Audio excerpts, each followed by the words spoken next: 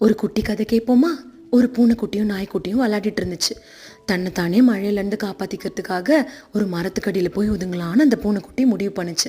இந்த நாய்க்குட்டி, பூனையாரே பூனையாரே, நானும் உன்னோட வரவா அப்படின்னு கேட்டுச்சு. இது என்னோட இடம், நீ ஏன் வர போ அப்படின்னு கோவமாக விரட்டி விட்டுருச்சு இந்த பூனை.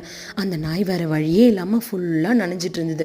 இந்த பூனை தன்னோட பாதுகாப்பை மட்டும் யோசிச்சு சுயநலமாக அந்த மரத்துக்கு கீழே ஒதுங்கி இருந்தது. அப்படியே மழையோட வேகம் மெதுவாக கம்மியாச்சு. திடீர்னு பூனை உட்காந்துட்டு இருந்த அந்த மரத்துலேருந்து ஒரு பெரிய சத்தம். ஒரு கிளை விழுந்து உடஞ்சிருச்சு. தூரத்தில் பார்த்தா எந்த மிருகமும் கண்ணுக்கு தெரியல.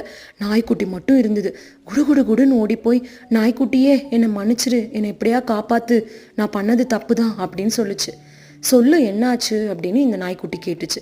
நான் உனக்கும் தங்க இடம் கொடுத்துருந்தா நம்ம 2 பேரும் சேர்ந்து பாதுகாப்பாக இருந்திருக்கலாமா, நான் சுயநலமாக இருந்துட்டேன், என்னை மன்னிச்சிரு நாய்க்குட்டி அப்படின்னு சொல்லிச்சு. சரி கவலைப்படாத, இனிமே பகிர்ந்து வாழ கற்றுக்கோ அப்படின்னு தடவி கொடுத்து 2 பேரும் நண்பர்கள் ஆனாங்க. ஸோ நம்ம சூழ்நிலை என்னவா இருந்தாலும் நம்ம கூட இருக்கவங்களுக்கு எப்போவுமே பகிர்ந்து கொடுக்கணும், பகிர்ந்து வாழ கற்றுக்கணும். தேங்க்யூ.